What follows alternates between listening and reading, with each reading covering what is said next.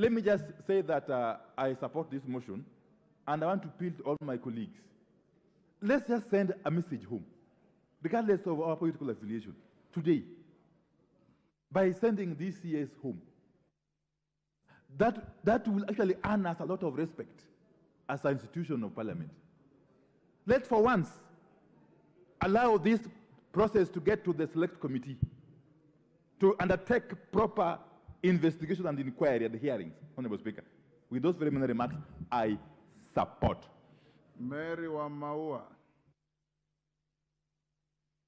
I see you on the screen. You seem to be unprepared. Malulu Njendi, you've keyed in and you... Thank you, Mr. Speaker. Mr. Speaker, I arise actually to oppose this motion. Mr.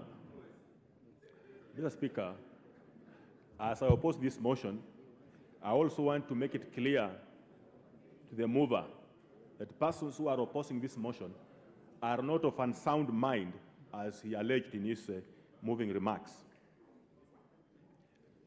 He said persons who are opposing this motion have unsound mind. You said that, it's on Hansard. So I want to confirm that I'm of a sound mind as I oppose this motion.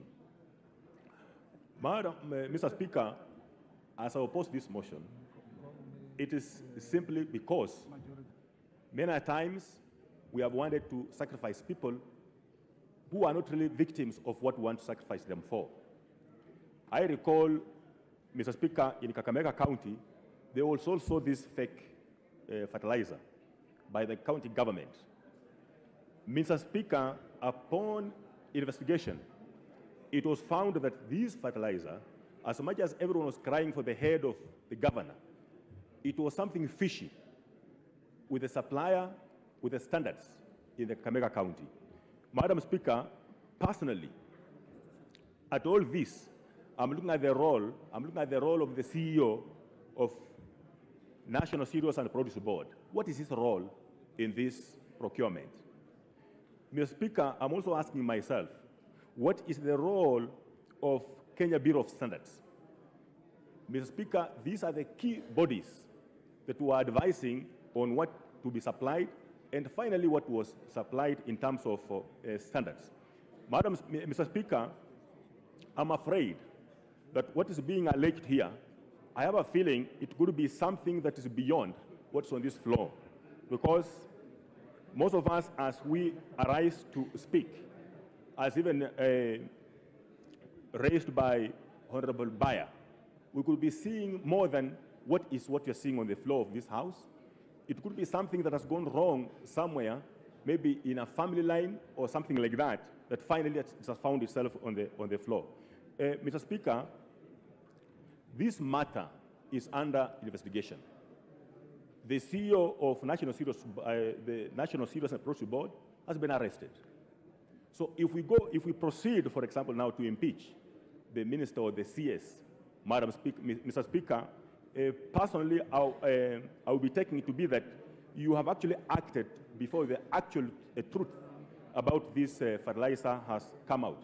I would that we actually don't proceed with this motion so that we give time to the actual bodies that are entitled with investigations to investigate. They complete the process of investigation. Court cases take this matter through. ESC takes this matter through. But finally, when you have a report, then this matter can come on the floor of the House. Mr. Speaker, I'm also aware this matter is under the Agriculture Committee of the National Assembly, also the Agriculture Committee of the Senate. Mr. Speaker, I would that we let this matter, first of all, be processed by those respective committees, after which now we can proceed whether this CS is really criminal or this matter as alleged by the mover. Otherwise, Mr. Speaker, I oppose this motion. Thank you.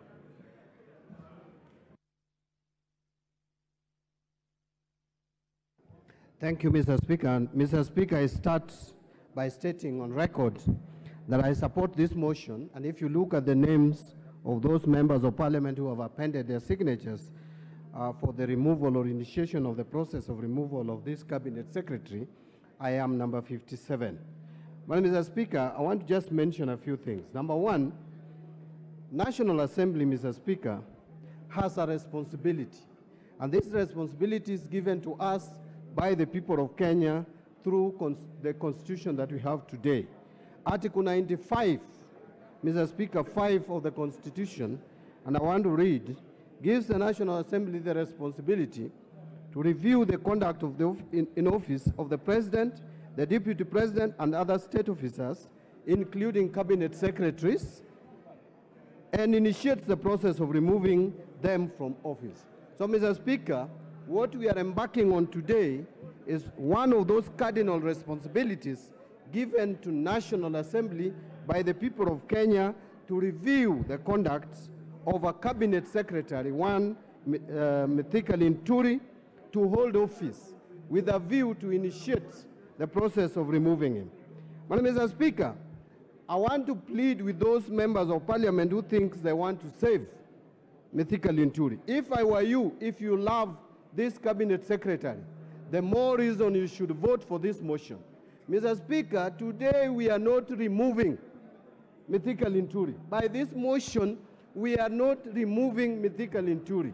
If you read, Mr. Speaker, Article 152 of the Constitution, which gives details of how to remove a cabinet secretary from office, it states that if a motion, it states that a member of the National Assembly, like Honorable Jack Wamboka has done, supported by at least 1/4 of all the members of the Assembly, may propose a motion requiring the President to dismiss a cabinet secretary.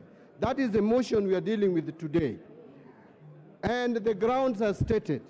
Madam Mr. Speaker, the same article goes ahead to mention that if this motion is supported by at least 1/3 this morning of the members of the National Assembly, then the Assembly shall appoint a select committee comprising of 11 of its members to investigate the matter. Mr. Speaker, if you look at the document presented to us by Honorable Wamboka, the only way justice can be done to this cabinet secretary is for this House to push this matter forward so that a select committee of this House will have an opportunity to look at the details as presented.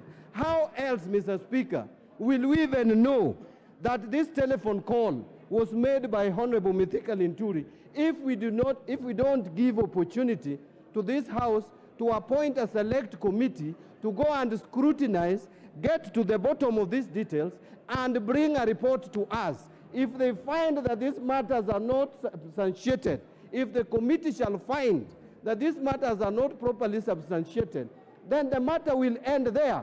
The committee will report back to the House and the matter will die.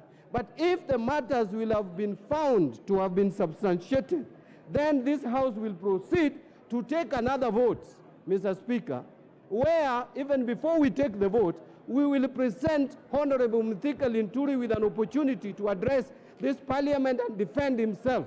That is the time we will know that he is innocent or is not innocent. But stopping this process at this stage would be reckless, would be careless, and would demonstrate a House that does not know its responsibility. So, Mr. Speaker, I want to also add that it is not just on grounds of gross violation of the provisions of this Constitution that you would initiate a process of removing a cabinet secretary. It is not only on the grounds of where serious reasons of believing that the cabinet secretary has committed a crime under the national or international law that a process like this would be initiated. This process would even be initiated if we have a reason to believe that there is gross misconduct on the part of the cabinet secretary. And Mr. Speaker, based on the evidence that Honorable Wamboka has presented to this House, and particularly I'm concerned about the issues of National Cereals and Produce Board. Mr. Speaker, the first question that I would ask those who want to oppose this motion, are you telling us that National Cereals and Produce Board would go ahead with the budgetary provision given by this House as proposed by the Cabinet Secretary, presented to us.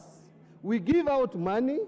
This money goes and buys kokoto instead of fertilizer, given to our farmers, and only whistleblowers are able to know. Yet we have a ministry which has a cabinet secretary heading that ministry, and that cabinet secretary is ignorant. But Mr. Speaker, what worries me more is the evidence that is produced before us through a letter that is written by a lawyer, Ahmed Nasir Mohammed. And clearly, Ahmed Nasir is telling us that Mithika Linturi even attempted to subvert justice by trying to dictate or order this particular factory to go and issue a statement. And the evidence is there. The telephone number is there. Calls were made. Safaricom can confirm the same. And that is why I want to plead with this House, Mr. Speaker, that this is a matter that we cannot treat casually. This is a matter of hunger. It is a matter of food. It is a matter of food security in this country. It is a matter that can bring this country to anarchy, as the minority leader said. We must show responsibility. You are elected by your people to come and speak for them. They don't have a voice. They cannot talk to Mithika Linturi. It is you who can speak to Mithika Linturi. It is you who can speak to William Ruto, who appointed Mithika Linturi. And when these cabinet secretaries were appointed, Mr. Speaker, I remember saying that this is going to go in the records of history as the most incompetent cabinet.